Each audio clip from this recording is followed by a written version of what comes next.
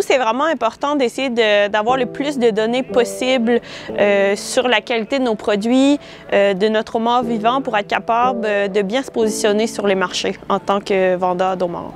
Tout simplement, une petite prise de sang, on va aller prélever une petite quantité. Puis ensuite, on va aller faire un test du taux de lactate dans le sang.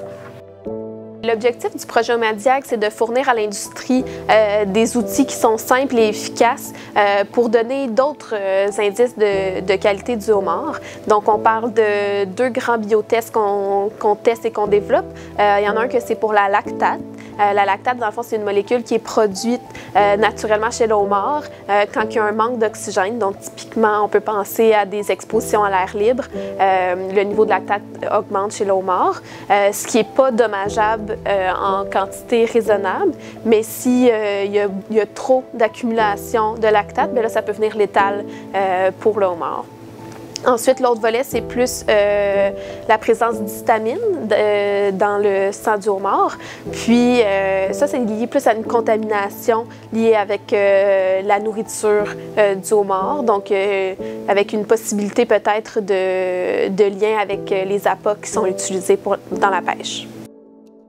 Le rôle du SEGRIM auprès de l'industrie des pêches est vraiment d'agir à titre de prévention et de sensibilisation de l'industrie pour mieux se préparer à faire face à la gestion des conséquences d'un risque et au risque d'incidents maritimes. Par exemple, que ce soit à participer au développement d'outils d'information, de sensibilisation auprès des pêcheurs et de l'industrie, mais aussi à suivre les développements technologiques, par exemple, pour mieux intervenir en cas d'incidents maritimes ou mieux suivre, par exemple, la salubrité du produit. Donc, on a le bateau et le transport par camion là, qui peut être un peu plus long. Donc, on essaie vraiment d'avoir la meilleure qualité d'homard, d'exporter les meilleurs lots d'homard pour qu'ils puissent se rendre à destination en bonne santé.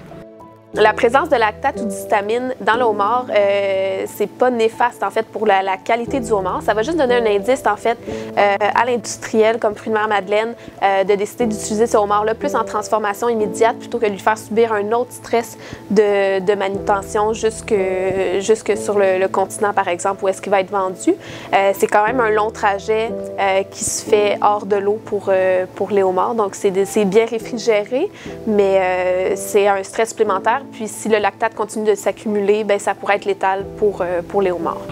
D'être appliqué comme ça dès les premières étapes de projet de recherche avec Mérinov, ça va vraiment nous permettre d'avoir des résultats concrets plus rapidement, puis vraiment bien adaptés à la réalité de l'industrie. En mettant nos 2 expertises ensemble, on arrive à quelque chose de très concret.